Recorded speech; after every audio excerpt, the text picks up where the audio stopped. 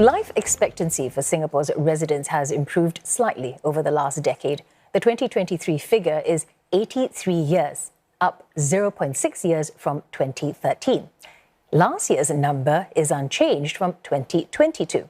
Now, breaking down by gender, male life expectancy at 80.7 years also improved 0.6 years over the decade.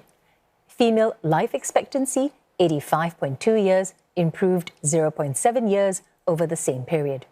These are life expectancy figures at age 65. Now, the figure for males is up by 0.4 years to 19 years. For females, it is up by 0.3 years to 22.2. One sociology professor has attributed the improvements to social policies and initiatives launched by the Health Ministry. These include those on healthy lifestyle and active aging. However, she says that there is still a gap between the 83 years life expectancy in Singapore's health span, currently at around 75 years. Now, health span, this is the expected length of time a person is healthy. Every year that we close means that we are living better, and there's going to be not just a reduction in potential costs in terms of, elder care and so forth. It means that we have a whole bunch of people who can contribute meaningfully to Singapore society, not necessarily paid work, but, in terms of volunteering, in terms of building social capital in our neighborhoods. And for more on this discussion, we hear from Dr. Kelvin Tan. He's head of Applied Aging Studies program at the Singapore University of Social Sciences. Dr. Tan, thanks for joining me this evening. So, life expectancy for the Singapore population definitely improved. But then the concern is for Singaporeans to live healthy lives rather than long lives. How are we doing in terms of health span? I think in Singapore, there's, of course, still room to improve because the health span means that you are free from any kind of mobilities. You are able to do a lot of things on your own without depending on other people. So in Singapore, we still have about 8 to 10 years for most people before they pass on. That they do have one or two, if not more, illness that requires support. So this is the part that we can do better. Activities like exercises that mentioned earlier, better food habits, diets that we could take control more, and a social habit of making friends and doing things they like to do and finding meanings in life. All this can actually help to extend the health span of individuals. Yeah. All right, now speaking of doing better, so both male and female life expectancies improving, with life expectancy at 65 for men. Now that was rising a little more than for women. How are men catching up to live longer?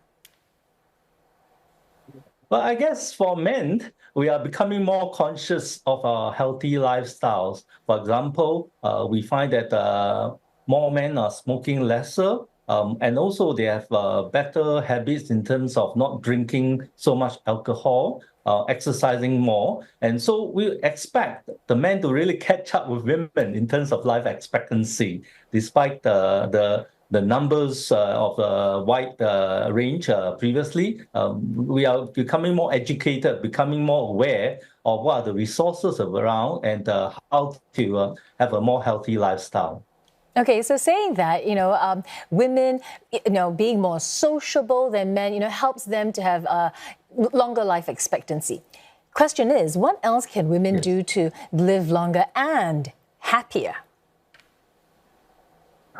I guess women are really a much more social group of people compared with men, because we tend to be more reserved. So for women, if they continue to have a very healthy social circle, making friends, doing exercises, at the same time, filling up their day with many interesting activities, going to, for example, programs that are held in active aging centers, would actually allow them to have more healthy activities, do the things they like to do, looking forward to what's happening, how to fill up the time for the day.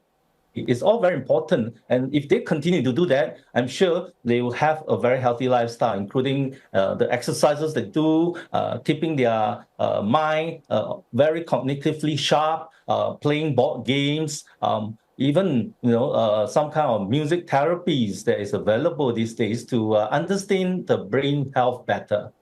All right. So saying all that and, filling lives with meaningful activities, in your view, what are the most serious considerations for society when people live longer? What can the government do to, further encourage health span and healthy, fulfilling lives? Yeah, I think very importantly is the society can be more inclusive, be less ageist, and create one that has more empathy for each other. Because here in Singapore, our population is very heterogeneous, right? We are from multi-cultural, multi-backgrounds. So helping each other is very important. This is what the government can do.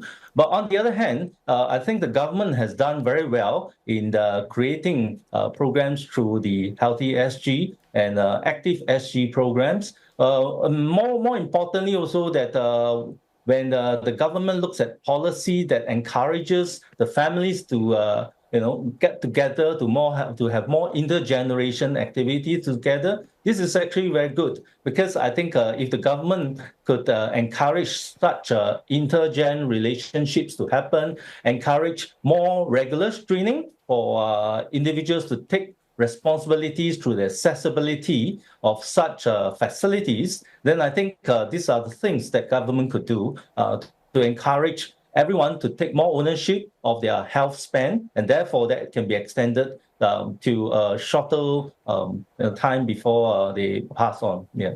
All right, thank you for that. I've been speaking with Dr. Kelvin Tan from the Singapore University of Social Sciences.